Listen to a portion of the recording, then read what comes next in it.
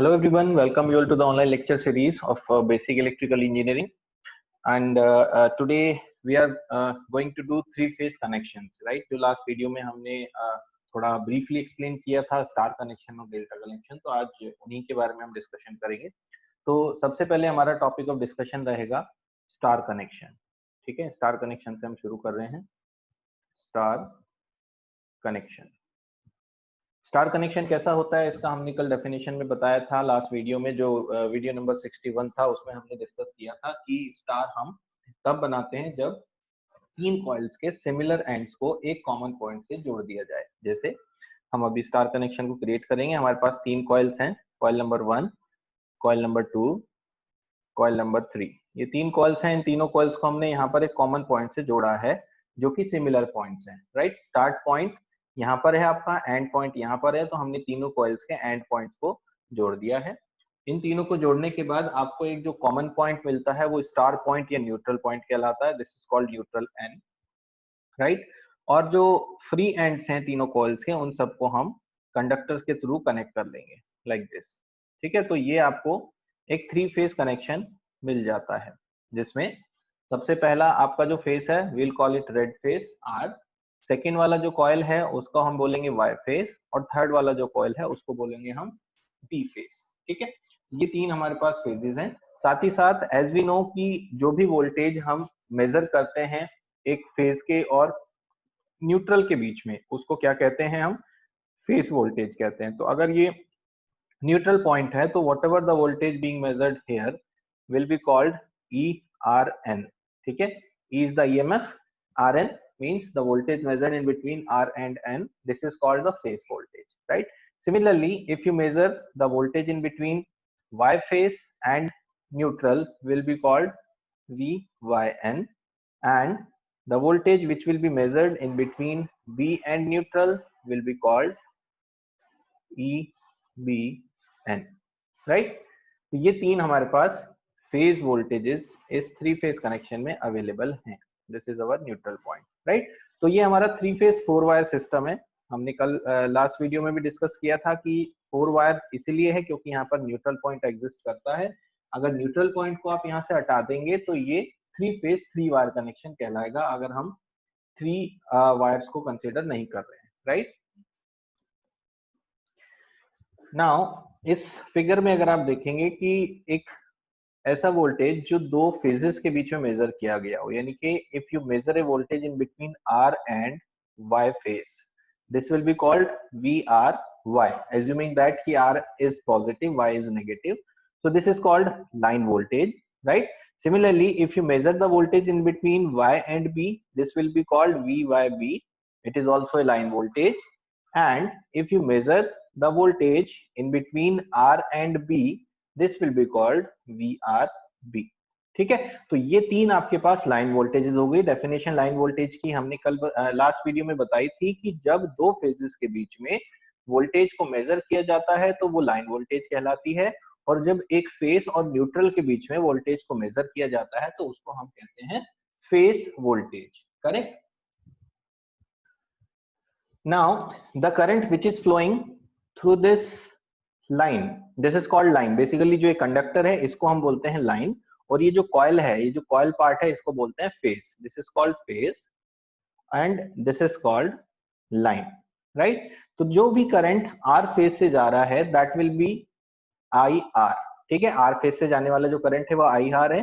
अब चूंकि ये जो कॉइल है ये कंडक्टर के साथ जुड़ा हुआ है, तो यहाँ पर आप देखते हैं कि सेम करंट यहां से भी फ्लो होगा नेचुरली, क्योंकि सेम वायर है, सेम कंडक्टर है जो कॉइल के साथ जुड़ा हुआ है, तो here also the same current will flow. Similarly in case of Y phase, the current which will be flowing is IY, and the current which is flowing through this B phase is IB।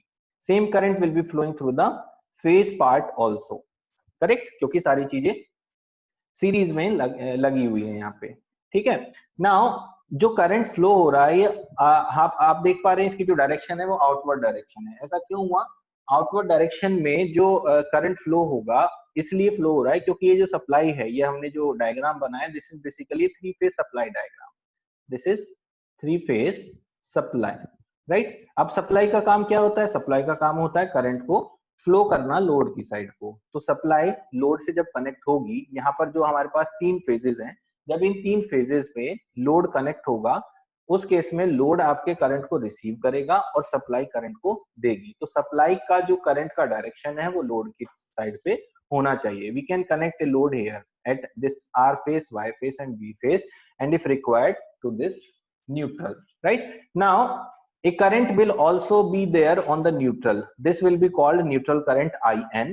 The direction of this neutral current will be inward. ऐसा क्यों? क्योंकि जो neutral current है, neutral current basically होता है phasor sum of I N bar will be equals to I R bar plus I Y bar plus I B bar, and for a balance system the sum of all three currents must be equals to zero. ये zero होना चाहिए, ठीक है।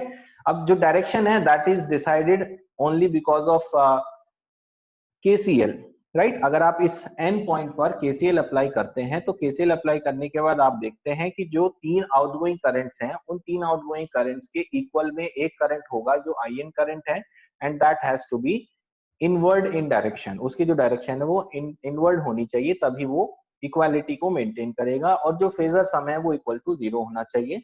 That is why neutral में कोई भी current flow नहीं करता, राइट, क्योंकि उन तीनों का जो फेजर सम है वो सम हमेशा जीरो होगा, ठीक है। तो ये चीज हमें हमेशा यहाँ पर ध्यान रखनी है। ऑफ कोर्स अगर आप सिंगल फेस की बात करेंगे, मान लीजिए यहाँ पर अगर हम सिंगल फेस की बात कर रहे हैं, हमारे पास एक सिंगल कॉइल है, तो सिंगल कॉइल में अगर आप देखते हैं ये लाइव वायर है जो कि फेज है और ये न्यूट्रल है। जब आप यहाँ पर कोई भी लोड को कनेक्ट करते हैं तो लोड से जो करंट फ्लो होता है वो सोर्स से लोड की तरफ को जाता है और रिटर्न हो जाता है न्यूट्रल की तरफ को।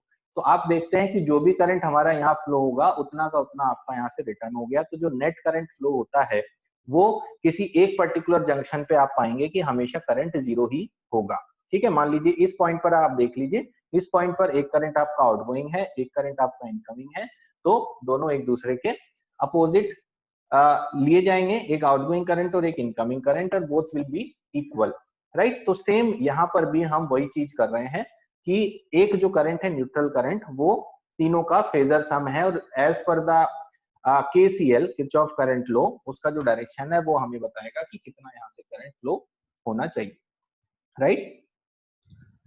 सो यहाँ पर हमने क्या क्या चीजें लिखी हैं, अगर आप देखेंगे कि हमने सबसे पहले यहाँ पर नोट किया है कि जो हमारी फेज वोल्टेजेस हैं वो हैं फेज वोल्टेजेस, वो है हमारे पास E R N, E Y N and E B N. All must be equal in magnitude, right, क्योंकि एक बैलेंस सिस्टम है तो सब की सब आपस में बराबर होनी चाहिए। And this should be equals to E phase, P stands for phase, क्योंकि तीनों ही फेज वोल्टेज हैं, तीनों की तीनों मैग्नीट्यूड में बराबर हैं, तो we can write it as EP। Similarly we have line voltages. Line voltage हमारे पास 6 वोल्टेज होती है, हमें पता है। यहाँ पर हमने 3 वोल्टेजेस को शो किया है। VRY must be equals to होना चाहिए VYB, must be equals to होना चाहिए VRB, and this can be called as VL, line voltage, right. तीनों का मैग्नीट्यूड इक्वल होना चाहिए। सिमिलरली यहाँ पर हम एक चीज क्लियरली देख पा रहे हैं कि जो करंट फेस के थ्रू जा रहा है, लेट अस से ये जो करंट है ये हमारा फेस करंट है, this is face current IP, and this is the line current IL। क्योंकि ये लाइन से फ्लो हो रहा है तो this will be called line current, जो फेस से फ्लो हो रहा है this will be called face current. And चूंकि सेम ही करंट है, सेम ही डायरेक्शन में फ्लो हो रहा है, तो clearly it can be seen कि फेस करंट और लाइन करंट दोनों यहाँ पर इक्वल हैं, राइट। तो हम क्या लिखेंगे, IR must be equals to IY must be equals to IB must be equals to IL और also equals to IP, right. तो ये हमारा रिलेशनशिप यहाँ से मिलता है हमें, क्लियर।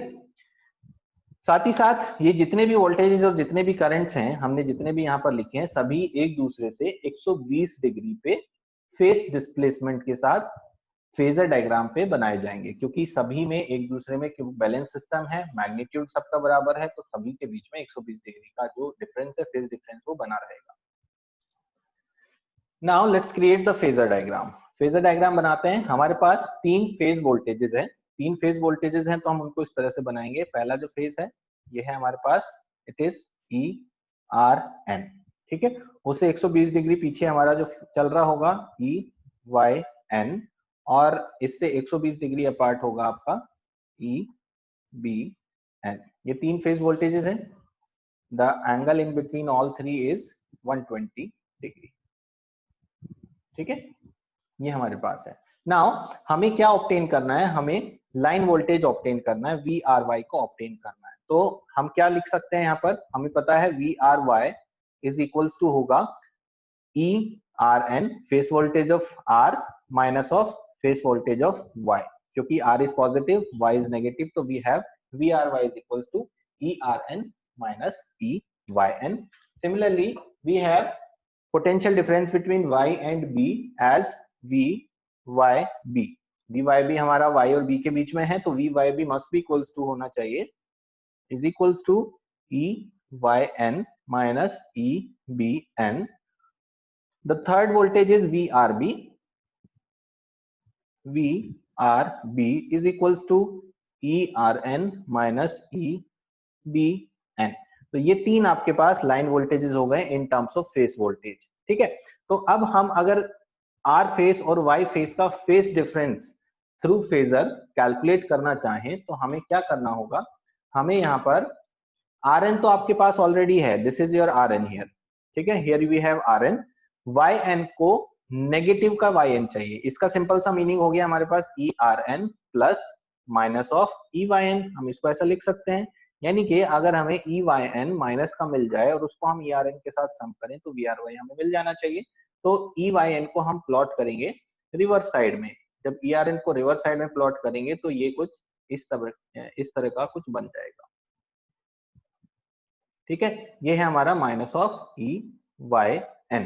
ठीक है, अब हमें क्या करना है, इन दोनों का फेजर सम करना है। फेजर सम करने के लिए हम पैरेललोग्राम बनाएंगे। तो ये parallelogram, parallel line of horizontal phase and parallel line of EYN। ठीक है, ये हमारा पैरेललोग्राम बन गया। और जो यहां से फेजर सम हमें मिलेगा वो क्या होगा, that will be equals to V R Y. ठीक है, इसी तरह से सेकंड को आप देखेंगे, वी वाई बी की वैल्यू चाहिए हमें, तो V Y B is equals to है V Y N minus E B N. यानी कि ई बी एन को अगर हम रिवर्स साइड में प्लॉट कर ले, ये हमने रिवर्स साइड में प्लॉट कर दिया, this is minus of E B N. इसका फेजर सम करना है हमें ई वाई एन के साथ, तो ई वाई एन के ऊपर हम पैरेललोग्राम बना लेते हैं। ये पैरेललोग्राम बन गया। ठीक है, और जो वैल्यू हमें यहां से मिलेगी that will be equals to VYB। The third one is VRB। VRB is equals to ERN minus EBN। तो ERN हमारे पास यहां पर है और EBN हमारे पास यहां पर है, जिसको हम ऑलरेडी नेगेटिव प्लॉट कर चुके हैं। तो इन्हीं दोनों से हमें फेजर सम करके तीसरा जो वोल्टेज है वो भी हमें मिल जाएगा। पैरेललोग्राम बनाएंगे फिर से।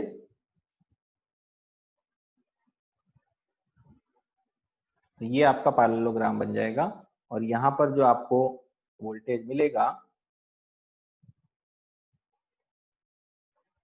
That will be VRB। तो ये 3 लाइन वोल्टेज देखिए हमने बना लिए हैं। बाकी की जो 3 लाइन वोल्टेजेस हैं वो भी हम इसी तरह से बना सकते हैं। तो ये पूरा एक स्टार टाइप का हमारा बन जाएगा जिसमें सारी की सारी वोल्टेजेस हमें दिखाई देंगी क्लियरली, राइट।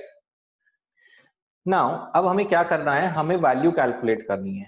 वैल्यू किसकी कैलकुलेट करनी है, VRY की, राइट। तो पैरेललोग्राम का हम फॉर्मूला अप्लाई करेंगे, रिलेशनशिप निकालने जा रहे हैं हम इन between line voltage and phase voltage. हम यहां लिखेंगे relation between line voltage and phase voltage. हमें क्या कैलकुलेट करना है, हम सपोज करते हैं VRY का हमें कैलकुलेशन करना है। तो VRY को कैलकुलेट करने के लिए हमें इस पैरेललोग्राम को सॉल्व करना होगा। इस पैरेललोग्राम में हमें ये दिखाई दे रहा है कि जब हमने ये एंगल बनाया था तो this was of 120 degree. Now ये जो लाइन हमने ड्रॉ की है, जो फेजर हमने ड्रॉ किया माइनस ऑफ VYN, ये एग्जैक्टली एकदम बीचों बीच से गया है। इसका मतलब है कि ये जो एंगल है, दिस एंगल इज 60 डिग्री, ये 60 डिग्री का एंगल है। by solving this parallelogram we will be getting VRY is equals to under root of E RN का whole square plus minus of E YN का whole square plus 2 E RN E YN cos 60 degree. ठीक है, this is of ये minus का था।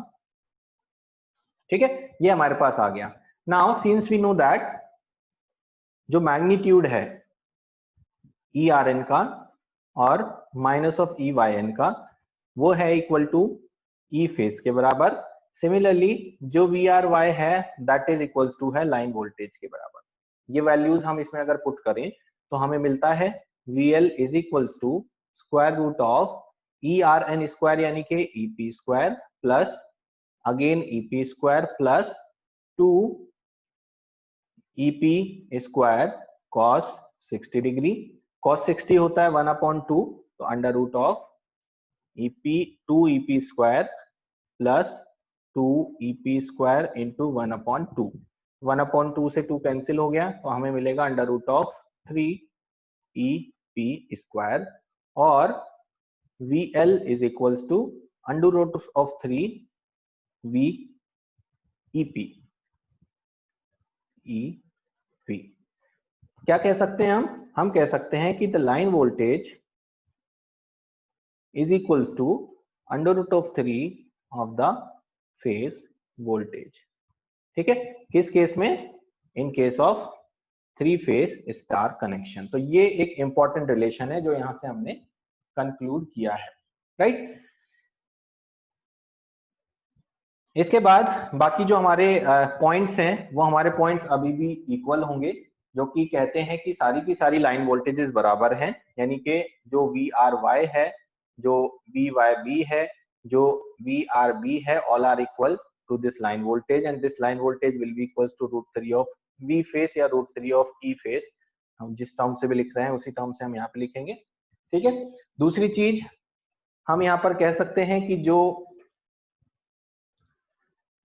Line voltage है, अब देखिए ये है line voltage, this is our line voltage, this is our phase voltage. दोनों के बीच में अगर आप फेज एंगल देखेंगे तो ये 30 डिग्री का बचा हुआ है। ये 60 था, इसका हाफ हो गया 30 डिग्री।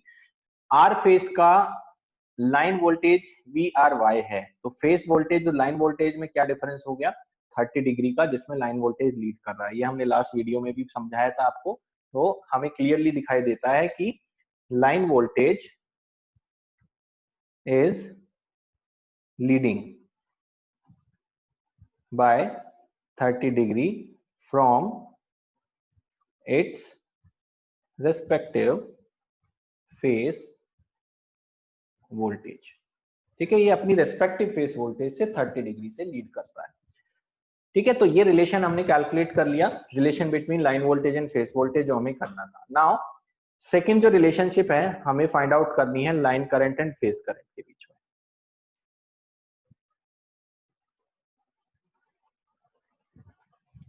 लाइन करंट और फेज करंट के लिए हम फिर से एक बार डायग्राम बना लेंगे।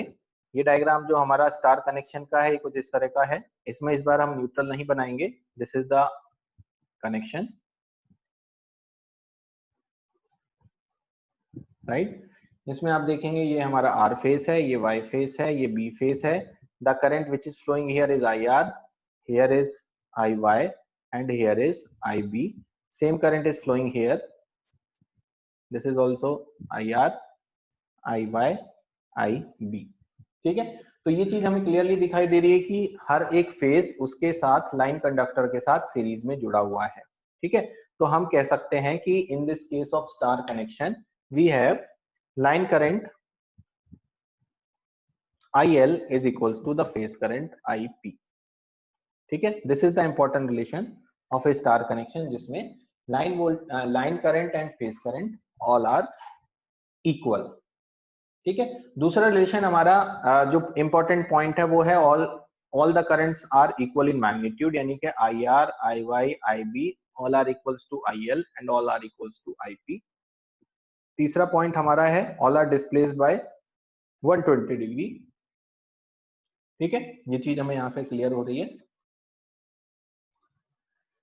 Now we will create phasor diagram. क्योंकि हमने यहाँ पर एक फेजर डायग्राम बनाया हुआ है तो हम इसको फिर से एक बार और थोड़ा सा सिंप्लीफाई करके फेजर डायग्राम बना लेते हैं। हमारे पास 3 फेज वोल्टेजेस हैं। First is from R phase ERN, second from Y phase EYN, and the third one is from B phase EBN। उसके बाद आपने Y phase को अपोजिट में प्लॉट किया, आपको मिला minus of VYN, and then by using the parallelogram हमें जो रिजल्टेंट मिला है वो मिला है VRY का। ठीक है, that is equals to VL, this is equals to EP, this is equals to EP, this is also EP, and this is also EP, all are the phase voltages। ठीक है, ये चीज हमें क्लियरली दिखाई दे रही है। नाउ अगर हम तीनों करंट्स को ड्रॉ करें, 3 करंट्स हमारे पास हैं, एक है IR, एक है IY, एक है IB। अब आपको पता है कि वोल्टेज का करंट के साथ जो रिलेशन होता है वो लोड के ऊपर डिपेंड करता है, राइट? तो लोड का क्या मतलब हुआ? लोड का सिंपल मतलब हुआ कि 3 टाइप के लोड होते हैं। पहला होता है रेजिस्टिव, दूसरा होता है इंडक्टिव, तीसरा होता है कैपेसिटिव। रेजिस्टेंस के केस में फाई का वैल्यू होता है 0 डिग्री, यानी कि वोल्टेज करंट सेम फेज में। इंडक्टर के केस में हमारा जो फाई एंगल है वो लैग करता है, वोल्टेज से करंट लैग करेगा, और सी में हमारा जो करंट है वोल्टेज के साथ वो लीड करता है। एंगल डिपेंड करता है कि उसमें कितना अमाउंट ऑफ रेजिस्टेंस लगा हुआ है। तो लेट अस एज्यूम कि यहाँ पर जो लोड है वो इंडक्टिव इन नेचर है।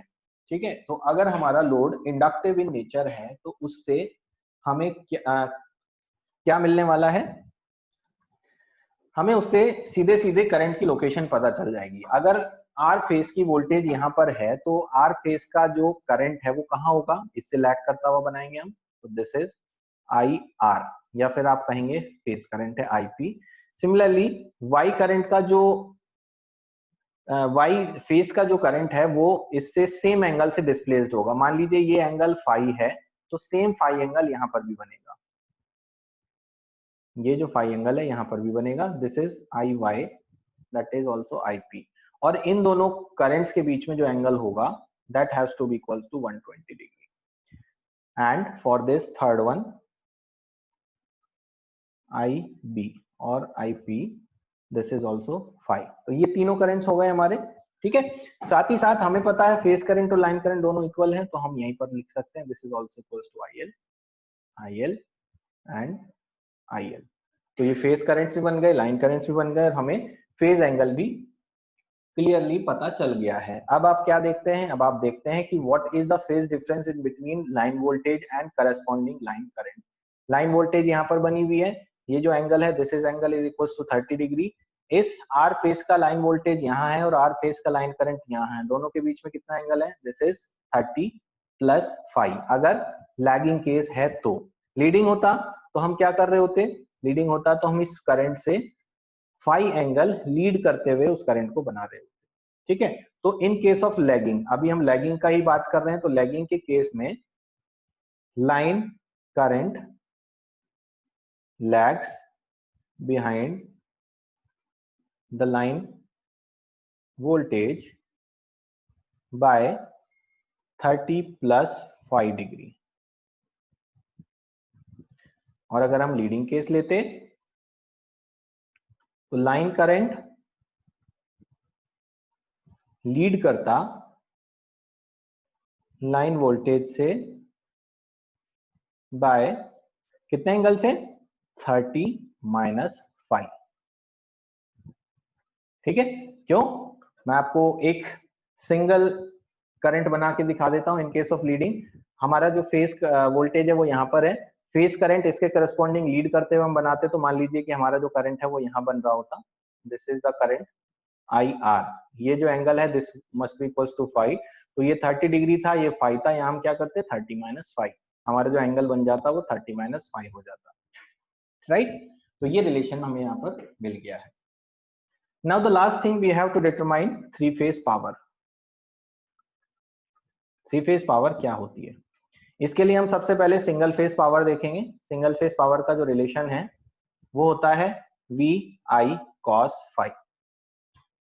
ठीक है, एक्टिव पावर के बारे में बात कर रहे हैं। अब मान लीजिए कि ये हमारा सर्किट है, ठीक है, ये आरएल कॉइल है, ये वोल्टेज है, यहां से करंट फ्लो हो रहा है। तो इस केस के लिए हमने लिखा वी आई कॉस फाई। अब आप देखिए जो वोल्टेज है, ये जो करंट है, ये कौन से हैं? This voltage is in between live wire and neutral wire. अगर ये लाइव वायर है, ये न्यूट्रल वायर है, तो this voltage in between is measured in between live wire and neutral wire. That is in case of three phase, इस voltage को हम क्या कहते हैं? इस वोल्टेज को हम कहते हैं फेज वोल्टेज। ठीक है, सिमिलरली करंट के केस में देखिए, करंट जो हमारा है वो पूरा सेम करंट है क्योंकि सीरीज सर्किट है, और चूंकि सेम करंट है तो हम इसको लाइन करंट या फेज करंट कह सकते हैं। तो let us call it phase current. And also the phase angle is measured in between this voltage and this current, so this is also P। तो बेसिकली सिंगल फेज में जो power है वो है VPIP cos phi P। P stands for phase. अगर three phase की बात करें तो चूंकि हमने बताया है कि three phase is nothing but a combination of three single phase systems. तीन सिंगल फेज सिस्टम को अगर मिलाया जाए तो थ्री फेज बनता है।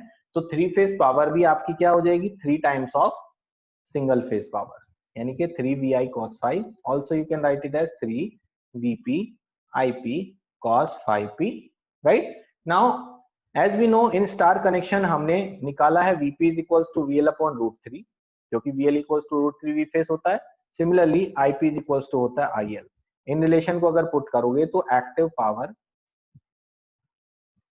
P will be 3 into VL upon √3 into IL into cos phi।